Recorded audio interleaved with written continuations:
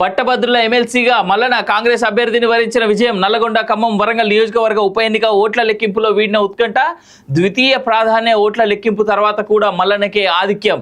CEO అనుమతితో విజేతగా ప్రకటించిన ఆర్ఓ సిట్టింగ్ సీట్ను కోల్పోయిన బీఆర్ఎస్ అంటే చూస్తా ఉన్నాం. కౌంటింగ్ హాల్ బయట విజయ సంకేతం చూపుతున్న కాంగ్రెస్ అభ్యర్థి తీన్మార్ మల్లన్న అంటూ చూస్తా ఉన్నాం. నిజంగా మల్లన్న గెలిచిండు అనేటువంటి మాట ఎంత కరెక్టో రాకేష్ రెడ్డి అదే విధంగా పోటీ ఇచ్చిండు అనేటువంటిది వాస్తవం. ఇక్కడ ఒకటి చదువుకున్నోళ్ళకి గుర్తుపెట్టుకోవాలి, మీ వల్ల చదువుకున్న సాతగానోళ్ళ వల్ల ఎట్లా ఓట్లేయాలో తెలియని సాతగానోళ్ళ వల్ల 27,000 పైచిలకు ఓట్లు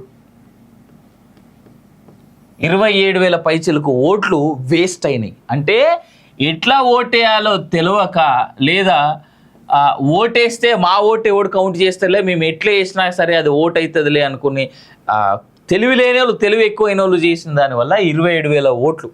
ఇదే 27,000 ఓట్లు కనుక రాకేష్ రెడ్డికి పడి ఉన్నట్టయితే రాకేష్ రెడ్డి గెలిచి ఉండేటోడు మల్లన్న కాదు. చదువుకున్న వాళ్ళు ఎవరికి ఓట్లు వేసిర్రు, ఎట్లా ఓట్లు వేసిర్రు, ఓట్లలో రాసింది ఏం తెలుసా? ఇగో జై మల్లన్న అని రాసిండు ఒకడు. జై మల్లన్న అని రాసిన కనీసం ఒక 2,000 ఓట్లు ఉన్నాయంట. 2,000 ఇట్లా అడ్డదిడ్డంగా ఓట్ల మీద రాసి ఆ పేపర్ల మీద బ్యాలెట్ పేపర్ల మీద రాసి ఓట్లు వేసినందుకు కేవలం 18,000 మెజార్టీ కనిపిస్తూ ఉన్నది. ఇక్కడ ఆ 27,000 ఓట్లు ప్రాపర్గా ఎవరో ఒకరికి పడి ఉంటే ఫస్ట్ రౌండ్కి ఫలితం వచ్చుండేది కదా. అది రాకేష్ రెడ్డి గెలిచేటోడో, ప్రేమేందర్ రెడ్డి గెలిచేటోడో, మల్లన్న గెలిచేటోడో, ఎవరో ఒకరు గెలిచేటోళ్ళు. కానీ ఓట్లు ఎవరి వల్ల తప్పుదారి పెట్టినాయి? ఓట్లు వేయడం సాతగాక తప్పుదారి పెట్టినాయి. ఎమ్మెల్సీ పట్టభద్రుల స్థానానికి జరిగిన ఉప ఎన్నికలోనూ బీఆర్ఎస్కు భంగపాటు తప్పలేదు. సిట్టింగ్స్ ఎమ్మెల్సీ స్థానాన్ని సైతం ఆ పార్టీ నిలబెట్టుకోలేకపోయింది. శాసన మండలి, నల్లగొండ, ఖమ్మం, వరంగల్ పట్టభద్రుల నియోజకవర్గ ఉప ఎన్నికలో కాంగ్రెస్ అభ్యర్థి తీన్మార్ మల్లన్న అలియాస్ చింతపండు నవీన్ కుమార్ విజయం సాధించారు. ద్వితీయ ప్రాధాన్య ఓట్ల లెక్కింపు అనంతరం కూడా ప్రధాన ప్రత్యర్థి బీఆర్ఎస్ అభ్యర్థి ఏనుగు రాకేష్ రెడ్డి కంటే కూడా భారీ ఆధిక్యంలో ఉండటంతో మల్లన్నను విజేతగా ప్రకటించారు. స్వతంత్ర అభ్యర్థులతో పాటు బీజేపీ అభ్యర్థి ప్రేమేందర్ రెడ్డి ఎలిమినేషన్ తర్వాత కూడా మల్లన్న దాదాపు 18,000 ఓట్ల ఆధిక్యంలో ఉన్నారు. కానీ కోటా ఓటు లభించకపోవడంతో ఈసీ ఉన్నతాధికారులు అనుమతి తీసుకున్న తర్వాత ఎన్నికల రిటర్నింగ్ అధికారి హరిచందన మల్లన్నను విజేతగా ప్రకటించింది. అంటే మనోళ్ళకి, చదువుకున్నోళ్ళకి, గ్రాడ్యుయేట్లకి ఓట్లు ఎట్లా వేయాలో అర్థం కాదన్నమాట. లేదా చదువుకున్నాం కదా మేము ఎట్లా రాసినా సరే, ఏం రాసినా సరే, జై మల్లన్న అని రాసినా, జై రాకేష్ రెడ్డి అని రాసినా, ఇంకేదైనా పేరు రాసినా సరే ఈ ఓటు ఎవనో ఒకరికి వేస్తారు కదా అని. మీకు గుర్తుందో లేదో వ్యూవర్స్కి, నేను పోలింగ్ ముందు రోజు కూడా అసలు బ్యాలెట్ పేపర్ ఎట్లుంటుంది, ఏ పెన్ను వాడాలి, ఏ పెన్ను వాడద్దు, ఏం రాయాలి, ఏం రాయద్దని కూడా చెప్పిన. ఈసీ వాళ్ళు బయట పెట్టరు ఓట్ల మీద ఏం రాస్తారు, ఆ బ్యాలెట్ పేపర్ల మీద ఏం రాస్తారు, ఎట్లా రాస్తారని ఈసీ వాళ్ళు బయట పెట్టరు. కానీ బయట పెడితే నిజంగా చదువుకున్న వాళ్ళలో ఎంతమంది మూర్ఖులు ఉన్నారో బయట పడుతుంది. చదువు రాని వాళ్ళు నయం క్లియర్గా పోయి ఏం వేయాలి, ఎట్లా వేయాలి, ఏడు వేయాలి అని చెప్పేసి అడుగుతారు. నేను ఒక ఇన్సిడెంట్ చెప్తా చూడుర్రి. ఇది ఎవరు చెప్పారో నాకు గుర్తులేదు. మొన్న జరిగినటువంటి పార్లమెంట్ ఎన్నికలకు సంబంధించి ఒక ముసలావిడ, కళ్ళు లేని ముసలావిడ పోలింగ్ కేంద్రానికి పోయిందంట. అక్కడ ఉండేటువంటి అసిస్టెంట్ ఆవిడని తీసుకుపోయి పెద్దోళ్ళందరూ, ఏజ్డ్ వాళ్ళందరూ, అదే ముసలోళ్ళందరూ కాంగ్రెస్కి ఓటేస్తారు కదా అని చెప్పేసి అతను స్వయంగా వెళ్ళి ఆ పెద్దవిడిని తీసుకెళ్ళి అమ్మ చేతికి ఇంకు పెట్టిన తర్వాత, అమ్మ ఓటేస్తున్నా అని చెప్పేసి కాంగ్రెస్కి ఆయన ఓటేసిండట. ఓటేసిన తర్వాత అమ్మని అడిగిండంట, అమ్మ కాంగ్రెస్కి ఓటేసిన అమ్మ ఓకేనా మీకు అంటే, మీరందరూ ముసలోళ్ళందరూ తర్వాత పాత తరం వాళ్ళందరూ కాంగ్రెస్కి ఓటేస్తారు కదా, నేను ఓటేసినానమ్మా అంటే, అవునులే బిడ్డ, మాలాంటి వాళ్ళు గుడ్డోళ్ళు మాత్రమే కాంగ్రెస్కి ఓటేస్తారు, చదువుకున్న వాళ్ళు ఎందుకు వేస్తారులే అమ్మ అని చెప్పేసి, అయ్యా అని చెప్పేసి అన్నదట. ఇక్కడ అర్థం చేసుకోవాల్సింది ఏంటంటే తత్వం.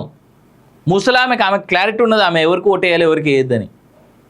ఆమె ఓటేయాలనుకున్న పార్టీ ఒకటి, అక్కడ పడిన పార్టీ ఒకటి, కానీ అట్లీస్ట్ ఓటు అయితే ప్రాపర్గా పడ్డది కదా. చదువుకున్న వాళ్ళు 27,000 ఓట్లు, 25,000 ఓట్లు వేస్ట్ చేసిరంటే, చెల్లని ఓట్లు అయినాయంటే దాని అర్థం ఏంది? ఓటు విలువ అర్థమవుతలేదు ఇంకా ఎవ్వనికి అర్థమవుతలేదు ఓటు విలువ. అడుగుర్రి, 3 రోజులు భయపడ్డాడు మోడీ, 3 రోజులు భయపడ్డాడు ఏమవుతుంది నెక్స్ట్ అని. అది ఓట్ పవర్. ఆఫ్టర్ ఆల్ 99 సీట్లు గెలుచుకున్నటువంటి రాహుల్ గాంధీ డ్యాన్స్లు వేస్తాడు మేము గెలిచినామని. అది ఓట్ పవర్. పట్టభద్రుల ఎమ్మెల్సీగా మల్లన కాంగ్రెస్ అభ్యర్థిని వరించిన విజయం. నల్లగొండ ఖమ్మం వరంగల్ నియోజకవర్గ ఉప ఎన్నిక ఓట్ల లెక్కింపులో వీడిన ఉత్కంఠ. ద్వితీయ ప్రాధాన్య ఓట్ల లెక్కింపు తర్వాత కూడా మల్లనకే ఆధిక్యం.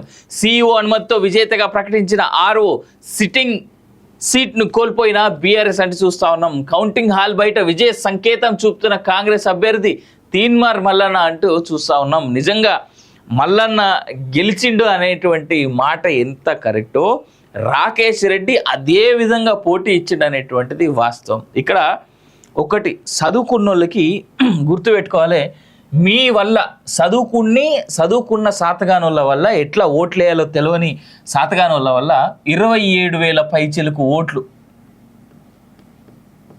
27,000 పైచిలకు ఓట్లు వేస్ట్ అయినాయి. అంటే ఎట్లా ఓటేయాలో తెలియక లేదా ఓటేస్తే మా ఓటు ఎవడు కౌంట్ చేస్తేలే మేము ఎట్లా వేసినా సరే అది ఓటు అవుతుందిలే అనుకుని తెలివి లేని వాళ్ళు తెలివి ఎక్కువైన వాళ్ళు చేసిన దానివల్ల 27,000 ఓట్లు.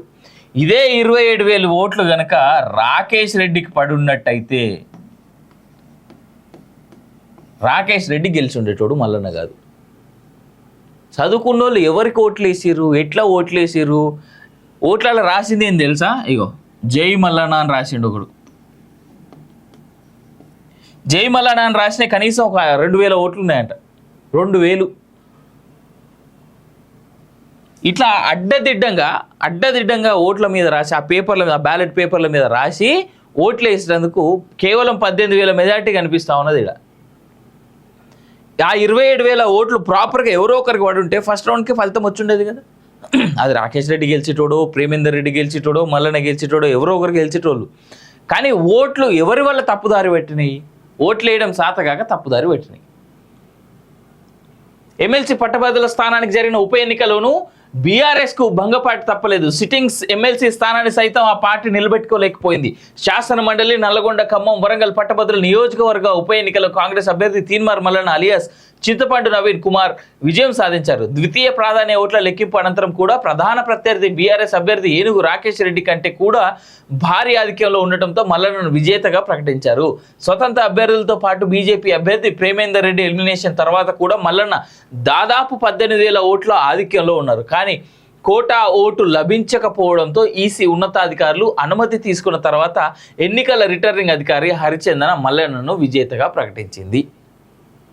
అంటే మనోళ్ళకి చదువుకున్నోళ్ళకి గ్రాడ్యుయేట్